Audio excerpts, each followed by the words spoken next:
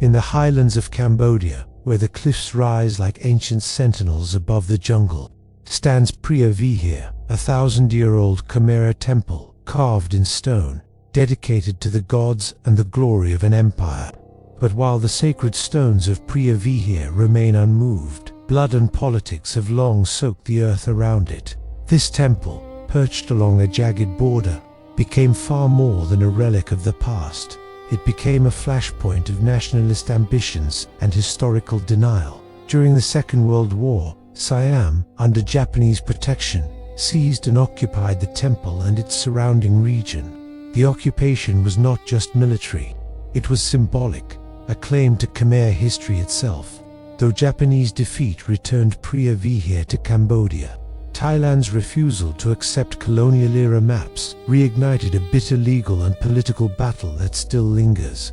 This is the true story of a temple caught in the storm of empire, war, and deceit. Preah Vihear Temple is one of the most magnificent and ancient structures in Southeast Asia, dedicated to the Hindu god Shiva and dating back to the 9th century. Perched 525 meters above sea level on the edge of a cliff in the Dangrik mountain range, the temple commands a breathtaking view over the Cambodian plains below. For centuries, this sacred site was an integral part of the Khmer Empire and the spiritual identity of Cambodia. However, its location close to the modern-day Thai-Cambodian border has made it the center of one of the most emotionally charged and politically fraught territorial disputes in the region. What should have remained a monument to spirituality and cultural grandeur has instead been transformed into a symbol of national humiliation, contested sovereignty, and historical trauma. To fully understand the conflict surrounding Preah Vihear, we must first examine the colonial legacy that set the stage for the dispute. During the 19th century, Cambodia fell under the control of French Indochina, while Siam retained nominal independence, but was subject to increasing British pressure from the West. In 1904, a treaty between Siam and France sought to clarify their mutual borders. However, in 1907, a Franco-Siamese commission began demarcating the boundary more precisely. It was during this process that the infamous 1 to 200,000 scale map, known as the Annex I map, was created, drawn by French officials and accepted by Siamese representatives without formal protest. This map showed Preah Vihear Temple as being on the Cambodian side of the border. For decades, the map remained in official use without controversy. But in 1953, as Cambodia moved toward independence from France, Siamese authorities occupied the temple. They claimed that the temple was in Thai territory, relying on natural watershed boundaries that placed the mountaintop under Thai control.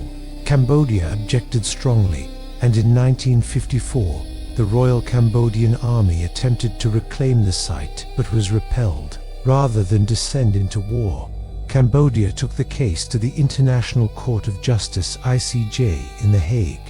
In 1962, the ICJ delivered a historic ruling. Preah Vihear Temple belonged to Cambodia. The court based its decision not on the watershed argument, but on the fact that Siam had accepted the 1907 map for over half a century without protest, effectively validating Cambodia's claim. The ruling was met with jubilation in Phnom Penh and fury in Bangkok. The Thai government reluctantly withdrew its troops but never truly abandoned its claim. Nationalist sentiments festered, and Preah Vihear became a symbol of lost pride for many in Thailand. But what many overlook is the period during which Siam first physically seized the temple, a chapter that reveals the dark intersection of World War II geopolitics, imperial manipulation, and opportunistic land grabbing. In 1940, during the chaos of World War II, Japan invaded French Indochina. Siam saw this as a golden opportunity to reclaim territories it had lost to the French decades earlier. Backed by Japanese military support, Siam launched a war against Vichy France's colonial administration, targeting Laos and Cambodia. Though brief, the Franco-Thai War ended in 1941 with a Japanese-mediated peace treaty that handed over parts of western Cambodia and Laos to Siam, including Preah Vihear Temple. The Siamese occupation of Preah Vihear during this time was not simply an act of nationalism, but a calculated political move. Japan's policy of Asia for Asians was a thinly veiled attempt to replace Western colonial powers with its own imperial rule. By aligning with Japan, Siam willingly played the role of collaborator, gaining territory in exchange for loyalty to the Japanese Empire. The occupation of Preah Vihear during World War II remains a scar in Cambodian memory, a moment when their sovereignty was violated not just by foreign empires, but by a neighboring kingdom emboldened by wartime chaos. After Japan's defeat in 1945, the Allies compelled Siam to return most of the occupied territories. However, Siam's return of Preah Vihear was neither immediate nor unchallenged. The temple's status remained ambiguous, and tensions between the two nations continued to simmer. When Cambodia gained full independence in 1953, the issue resurfaced dramatically. Thailand reinforced its position on the mountain, and Cambodia was left with no option but to seek international arbitration. Thus began one of the most critical international legal battles in Southeast Asian history. The 1962 ICJ ruling was supposed to resolve the matter permanently, but in reality, it only addressed part of the problem. While the court affirmed Cambodia's sovereignty over the temple itself, it did not clearly delineate the surrounding land, especially the adjacent 4.6 square kilometer area that would become the next flashpoint in the decades to come. Thailand's retreat from the temple did not mean peace. Over the years, skirmishes, protests, and nationalist campaigns reignited the conflict time and time again, making Preah Vihear both a symbol and a hostage of unresolved history. The emotional weight Preah Vihear carries for both nations cannot be overstated. For Cambodia, it is a jewel of ancient Khmer architecture and a proud emblem of survival against centuries of external domination. For Thailand, it represents a painful chapter of territorial concession, a site wrapped in nationalist mythology and perceived betrayal. These competing narratives have made rational discourse nearly impossible, and even the most minor events, such as the raising of a flag or construction near the site, can spark international incidents. The tension was especially evident in the 2000s, when Cambodia sought UNESCO World Heritage status for Preah Vihear. Thailand objected fiercely, arguing that such recognition would prejudice the ongoing dispute over the adjacent land. Nevertheless, in 2008, UNESCO designated the temple as a World Heritage Site under Cambodia's name, reigniting nationalist fervor in Thailand. Mass protests erupted in Bangkok. Border clashes between the two militaries followed. Artillery exchanges and firefights resulted in deaths on both sides, including civilians. Landmines exploded. Temples and homes were damaged. Soldiers huddled in trenches in a surreal throwback to 20th century warfare. And once again, Preah Vihear bled for its symbolic power. But even this escalation was not just about nationalism or cultural pride. The 2008 to 2011 clashes over Preah Vihear were deeply intertwined with internal Thai politics. The Nationalist People's Alliance for Democracy PAD, also known as the Yellow Shirts, used the temple issue to delegitimize the pro-Thaksin government in power at the time, accusing it of selling out national sovereignty. The temple thus became a political pawn in Thailand's own domestic power struggles, illustrating how historical wounds can be weaponized for modern gain. Cambodia, meanwhile, continued to pursue legal channels. In 2011, the ICJ was asked to clarify the 1962 ruling, specifically regarding the area surrounding the temple. In 2013, the court reaffirmed that the land adjacent to Preah Vihear, particularly the promontory on which the temple sits, also belonged to Cambodia. Thailand was urged to withdraw all troops and security personnel from the area. Phnom Penh celebrated the verdict. Bangkok accepted it begrudgingly, but once again, resentment simmered beneath the surface. What Preah Vihear represents is more than just a legal or territorial matter. It is a profound reflection of historical trauma and the lingering consequences of colonial manipulation. The temple's location, perched on a precarious edge between two nations, mirrors its fragile symbolic position. For Cambodians, every inch of Preah Vihear represents a struggle against erasure. For Thai nationalists, it symbolizes grievance and loss. And yet, beneath the politics, the ruins remained silent witnesses to centuries of conquest, resistance, and negotiation. In the next part, we'll dive deeper into the wartime manipulation, Thailand's use of international politics to justify its claims, and the propaganda machine that fueled a nationalistic agenda around Preah Vihear. But more importantly, we will examine how Cambodia endured, how its people, despite war and occupation, fought to reclaim what history had stolen from them. Following Japan's surrender in 1945, Siam withdrew its military presence from territories it had claimed during the war, including Preah Vihear. Yet the seeds of dispute had already been deeply planted. The French quickly returned to reassert control over Cambodia, and with it, reclaimed Preah Vihear. But the nationalist flames in Bangkok didn't extinguish. Instead, they grew hotter. Siamese elites viewed the return of Preah Vihear to Cambodia as an injustice, a symbol of imperial humiliation and lost sovereignty. Tensions smoldered quietly in the post-war years. Cambodia, gaining independence in 1953, hoped to enjoy peace and dignity as a sovereign state, but its borders remained unsettled. Preah Vihear, while geographically Cambodian, remained emotionally and politically contested by Thai nationalists, who clung to the idea that it was historically part of Thailand. The temple itself stood proudly atop a 525-meter cliff, but the administrative and military drama that surrounded it grew heavier year by year. The turning point came in 1954, with the French now fully withdrawn. Thai troops moved in and occupied Preah Vihear again. This occupation, though brief and not widespread, reignited the dispute. Cambodia protested diplomatically, arguing that the temple was clearly on Cambodian soil, based on the 1904 and 1907 Franco-Siamese treaties and maps. Thailand, however, countered that those treaties were ambiguous and that the French map placing the temple in Cambodia was inaccurate and not legally binding. The situation escalated rapidly. Cambodia brought the matter to the International Court of Justice (ICJ) in 1959. This move stunned Thai officials and infuriated the Thai press, which accused Cambodia of trying to steal Thai heritage. Nationalist rhetoric poured into the public domain. Meanwhile, Cambodia assembled its legal case.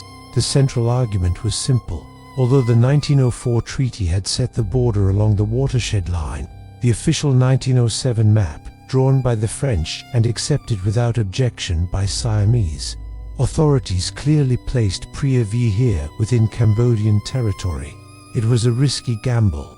The ICJ would now decide one of Southeast Asia's most sensitive border issues, setting a precedent for how colonial-era treaties would be interpreted in post-colonial contexts. During the hearings, Thailand argued that it had never formally accepted the French map, and that the temple's proximity to the natural watershed meant it should fall under Thai jurisdiction. Cambodia responded by presenting decades of Siamese silence and acquiescence as tacit recognition of the map's legitimacy. Cambodian lawyers emphasized that the temple had been under effective Cambodian administration for years, that Siamese maps matched the French one, and that Thailand had never protested the boundaries until well after World War II. The ICJ deliberated for months. On June 15, 1962, it issued a ruling that shocked Thailand. By a vote of 9-3, the court decided in favor of Cambodia. Preah Vihear, the court declared, belonged to Cambodia. The reasoning was based on Thailand, its long-standing failure to object to the 1907 map, and its decades of behavior that amounted to implicit recognition of the Cambodian boundary. The judgment emphasized that the legal concept of acquiescence failure to protest was as binding as a formal agreement. For Cambodia, it was a moment of vindication. King Norodom Sihanouk, who had personally spearheaded the case, celebrated the decision as a triumph of justice and diplomacy. Preah Vihear had always been Cambodian, but now the world recognized it as such. The Cambodian flag was raised over the temple in a solemn ceremony, and Buddhist monks held prayers for national peace. But in Thailand, the reaction was the exact opposite. The ruling sparked outrage. Nationalist newspapers accused the ICJ of bias. Students and monks marched in protest. The Thai government announced that it respected the decision, but bitterly criticized the legal reasoning. The border near Preah Vihear was closed. Diplomatic relations with Cambodia grew icy. Thai textbooks continued to portray the temple as a stolen heritage site, and successive Thai leaders pledged to one day return Preah Vihear to Thai hands. Over the next decades, the issue simmered. Thailand maintained de facto control over some adjacent areas around the temple, citing security concerns. Cambodia, under Sihanouk, attempted to develop the area but was quickly derailed by the country's descent into civil war in the 1970s. During the Khmer Rouge era and the Vietnamese occupation that followed, Preah Vihear became a forgotten outpost, an eerie, war-torn relic with crumbling stones and collapsing scaffolds. Thai troops often moved nearby, citing anti-communist operations. The temple changed hands multiple times between Khmer Rouge guerrillas, Vietnamese forces, and even remnants of the Lon Nol army. But through it all, the temple remained on Cambodian soil as recognized by the 1962 judgment. By the early 1990s, following the Paris Peace Accords and Cambodia's return to peace, attention shifted back to Preah Vihear. Cambodia reopened the temple for tourism and restoration. In 2008, it launched a bold diplomatic campaign to have the temple recognized as a UNESCO World Heritage Site. This effort enraged Thailand once again, especially under nationalist governments who feared that such recognition would legitimize Cambodia's claim not just to the temple, but to surrounding lands that Thailand still informally controlled. The Thai-Cambodian border flared up again. Skirmishes erupted in 2008, 2009, and 2011, with both sides exchanging fire, leading to deaths on both sides. Artillery damaged parts of the temple. Civilians fled. Each government accused the other of aggression. Thai generals cited national security, while Cambodian officials accused Thailand of violating international law. The 1962 ruling became a flashpoint once more. Amid rising tensions, Cambodia went back to the ICJ in 2011 to request an interpretation of the original 1962 decision. Did the ruling only apply to the temple itself, or did it include the surrounding land too? The ICJ agreed to review. In 2013, it issued a new interpretation. The court clarified that the area surrounding Preah Vihear also fell under Cambodian sovereignty. It called on Thailand to withdraw troops from those areas. Though not as shocking as the 1962 ruling, the 2013 clarification renewed Cambodian hope and Thai outrage. Once again, Cambodia celebrated the rule of international law. Thai nationalists denounced the ruling, though Thailand eventually agreed to comply. Yet despite the legal resolutions, nationalist sentiment in Thailand never truly faded. Many Thais, particularly those near the border, continue to believe that Preah Vihear is rightfully Thai. Meanwhile, Cambodian historians and citizens view the temple as not only a symbol of Khmer heritage, but also as a hard-won prize of national survival. In a region often shaped by stronger neighbors, Cambodia's victory at the ICJ became a rare moment of justice for the weaker party, a chance to reclaim pride, history, and dignity through legal, peaceful means. Even so, dangers remain. Border tensions continue, with sporadic military buildups, landmine threats, and skirmishes in contested areas. While official relations between Phnom Penh and Bangkok have normalized, nationalist politicians in Thailand occasionally resurrect the issue to rally support or distract from domestic problems. Cambodian leaders remain vigilant, aware that legal victories must still be defended through diplomacy and deterrence. As the sun sets over Preah Vihear Temple today, its silhouette stands not just as a monument of ancient architecture, but also as a modern symbol of Cambodia's fight against domination. It is a temple carved from stone and history defended, not just with armies, but with arguments, maps, and international law. In the face of powerful neighbors and colonial legacies, Cambodia's stand at Preah Vihear reminds the world that justice, however delayed, is not impossible. Despite the ICJ's 1962 ruling, tensions between Cambodia and Thailand over Preah Vihear did not end. For decades, the temple remained a quiet flashpoint in a largely unresolved territorial puzzle. As the Cold War raged on and regional dynamics shifted, the Preah Vihear dispute simmered in the background. But by the early 2000s, that tension would once again flare up, setting the stage for renewed confrontations, this time with nationalist fervor, global attention, and deadly consequences. In 2008, Cambodia applied to UNESCO to list Preah Vihear as a World Heritage Site. For Cambodians, this was a move of cultural pride, a recognition long overdue. But for many in Thailand, especially the nationalist factions and certain political parties, it was a provocation. Even though the ICJ had clearly ruled the temple belonged to Cambodia, Thai opposition groups claimed that the registration would compromise Thailand's claim over adjacent land. The People's Alliance for Democracy (PAD), also known as the Yellow Shirts, began staging protests. They accused the Thai government of betraying national interests by failing to block the listing. Suddenly, a matter of ancient stones and sacred walls turned into a dangerous nationalist rallying cry. On July 7, 2008, UNESCO officially listed Preah Vihear as a World Heritage Site. Jubilant celebrations erupted across Cambodia. For a country still healing from decades of war, genocide, and foreign occupation, it was a rare moment of cultural triumph. But in Thailand, the political backlash was swift and fierce. Just days after the listing, Thai and Cambodian troops began deploying near the temple, setting up military encampments only meters apart. The standoff escalated. By mid-July, over 1,000 troops from both sides had been mobilized to the border. On October 15, 2008, the situation exploded into violence.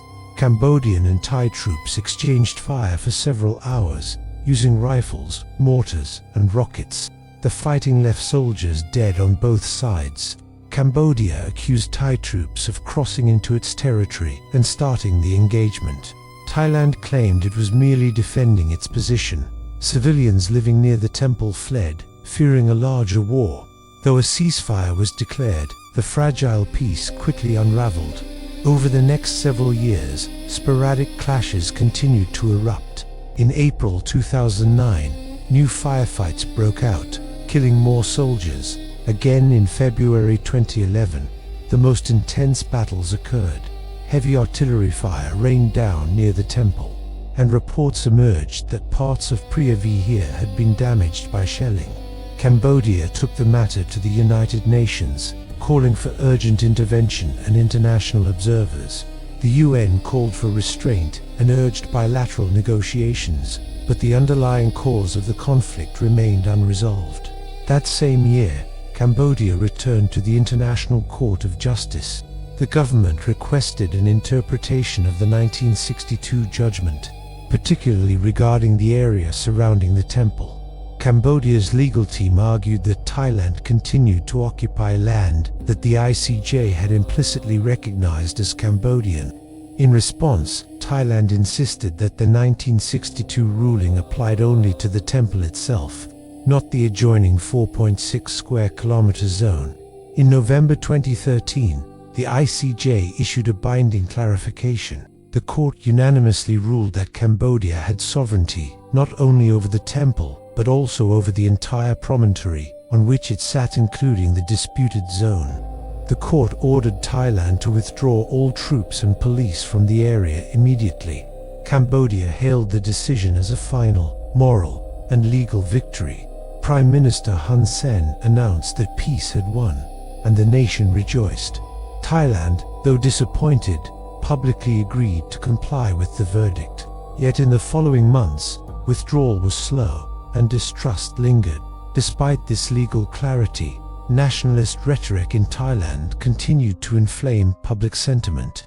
Media outlets framed the judgment as a loss of national dignity.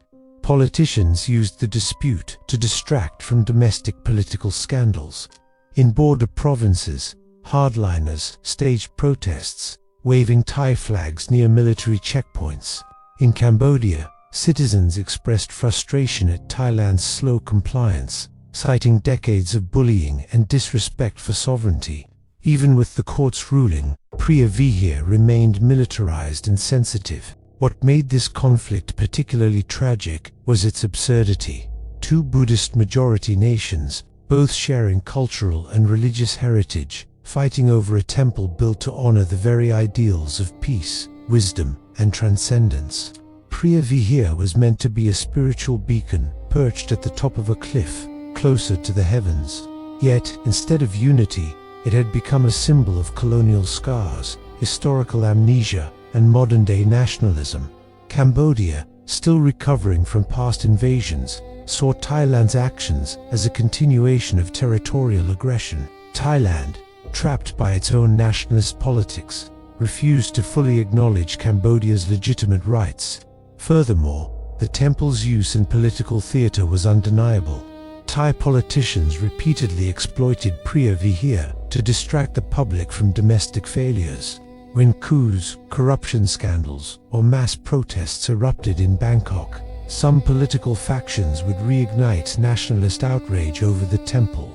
Meanwhile, Cambodia's leaders leveraged the dispute to galvanize unity and deflect criticism. Each side weaponized Preah Vihear, not for peace, but for political survival. Yet beyond political manipulation, the people living near the temple suffered the most.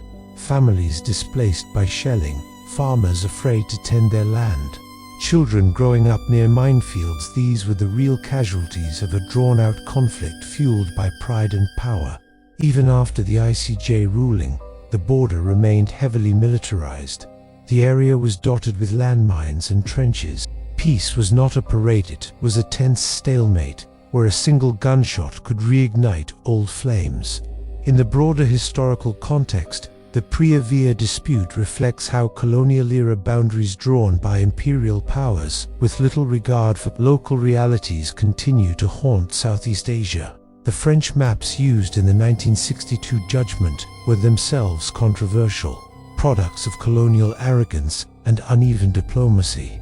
The legacy of colonialism left countries like Cambodia and Thailand with fractured identities and unresolved borders. Instead of collaborating to heal, both nations fell into the trap of blaming each other, turning shared heritage into contested territory. By 2020, military tensions at Preah Vihear had largely subsided, but resentment persisted. Cambodia began investing in infrastructure to develop the temple area, building roads, welcoming tourists, and promoting national pride.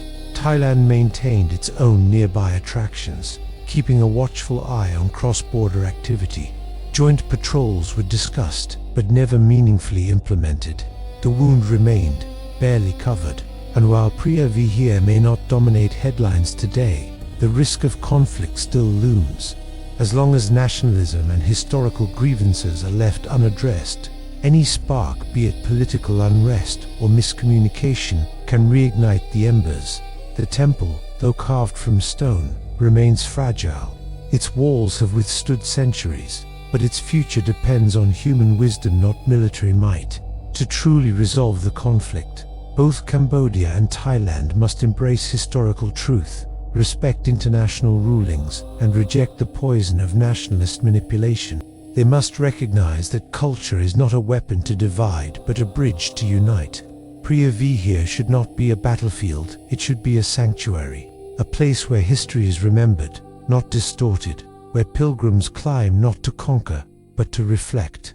The temple's soul deserves peace. So do the people who live in its shadow.